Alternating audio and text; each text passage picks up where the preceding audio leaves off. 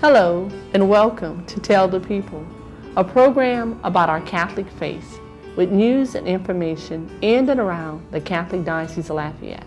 I'm Stephanie Bernard. In today's show, we will have an interview with Transitional Deacon William Shambo about his upcoming priestly ordination. Father Michael Champine's talk is about lust, part 1 of 2 in the segment What It Means to Be Catholic.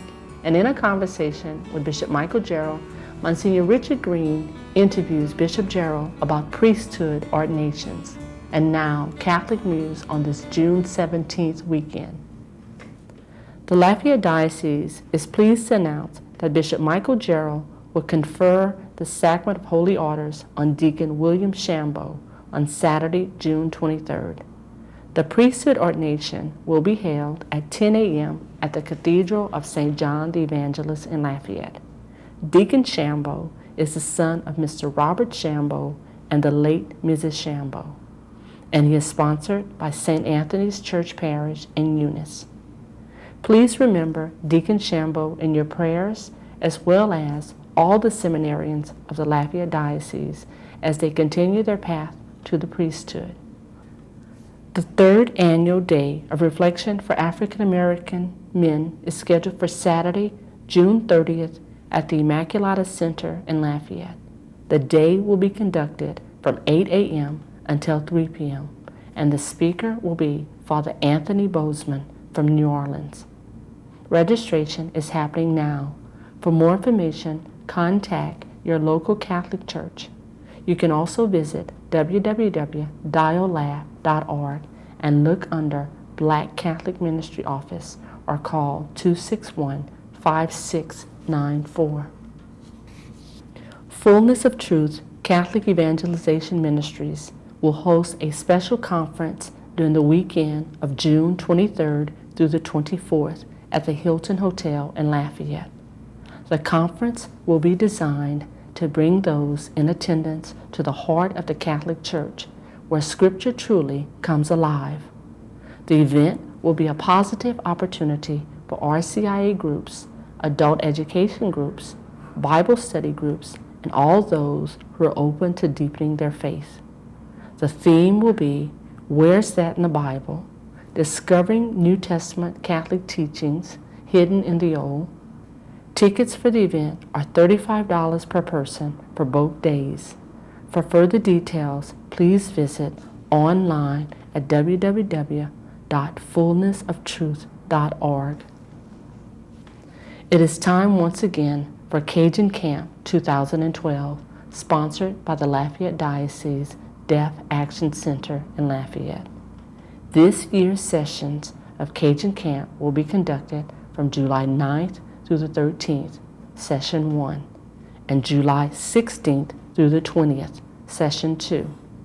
Camp will be held from 9 a.m. until 4 p.m. daily, and all parents and campers will be invited to a special closing Mass on Friday, July 20th at 9 a.m. The cost of attending Cajun Camp is $75 per child per session, and the deadline for payment and registration is June 25th. Cajun Camp is for children ages 4 through 13 who may be deaf, deaf-blind, hard of hearing, or hearing children who want to learn sign language. Cajun Camp will be held on the grounds of the Deaf Action Center located at 1404 Carmel Drive in Lafayette, near Village Dulac. For further registration information, please contact the Deaf Action Center at 232-3463. Coming up next, we'll have an interview with Transitional Deacon William Shambo about his upcoming priestly ordination. Welcome to Tell the People. I'm Trista Littell, and with me here today is Deacon William Shambo. Welcome, Deacon. Hi, Trista. Good to be here. Well, it's so wonderful to have you here as you prepare for your ordination next weekend to the Holy Priesthood. Thank you. That's so exciting. Where are you from? I'm from Eunice, Louisiana. My home parish, St. Anthony of Padua. And what schools did you attend? Well, I started out, of course, school, St. Edmund in Eunice, elementary school and high school. Then decided to pursue a career sort of in computer science and management. So I have degrees, an associate degree in computer science from LSU at Eunice, and a management degree from UL Lafayette. From there, I moved on to seminary. There's a little story in between there, but went to seminary at St. Ben's, St. Joseph Seminary College, studying pre-theology, and finally my theology degree from Notre Dame Seminary in New Orleans. Well, I understand that you worked at UL Lafayette, and how did that impact, or did it have an impact on you deciding to enter the priesthood? That was a really big impact. Of course, I completed college first before entering seminary. In college I did, and in high school as well, had a sort of a call to a vocation, but I felt that college was what I needed at the time, and a lot of growth was experienced there. But especially while working at UL, I worked for the university's Computing Support Services Department, which meant I would work with students and faculty in helping their computer needs and getting connected to the network and performing their research and studies. So I felt a really important part of the university where I can give back of myself to others.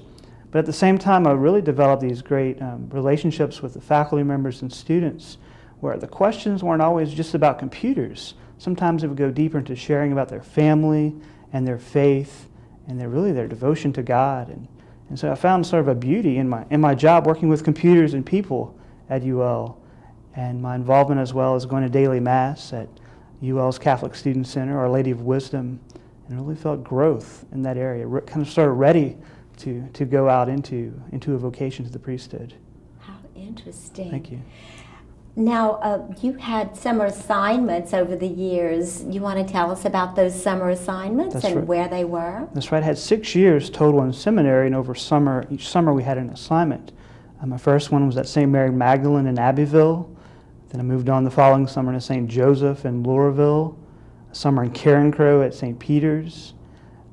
Also, I did a hospital chaplaincy work one summer in Pensacola, Florida, which was really great as well. And finally, my deacon internship for a 5-month period was at St. Peter Church in New Iberia, where I served as a deacon, functioning as a deacon.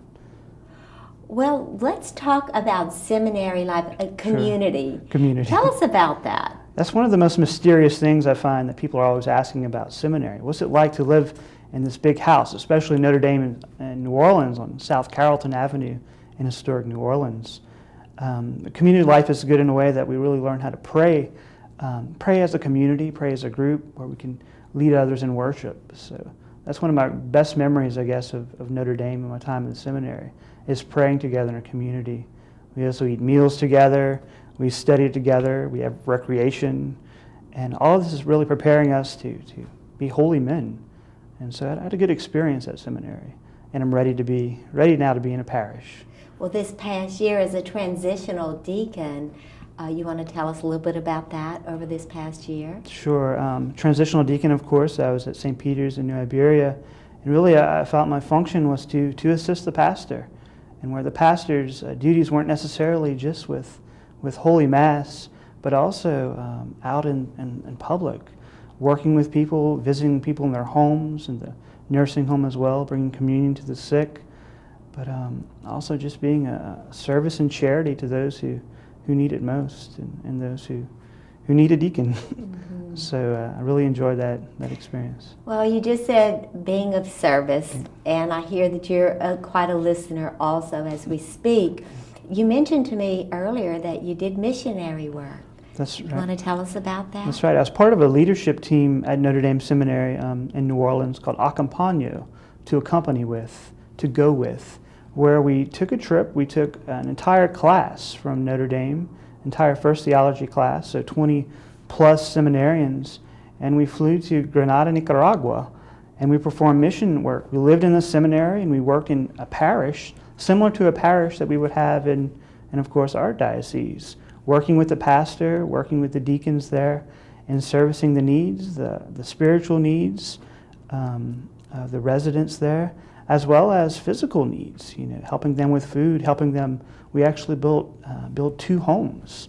One summer we built a rectory for a parish to establish parish life where they can teach, sort of like a deacon works to teach others. You empowered? Y'all Definitely, empowered them. a great empowerment, and we also learn from the people of Nicaragua as well. As seminarians, soon to be priests, we learn what their passion is, what their joy is, how their family impacts them, in similar ways that our family impacts us. Sure. But definitely seeing poverty, seeing suffering, and seeing sacrifice.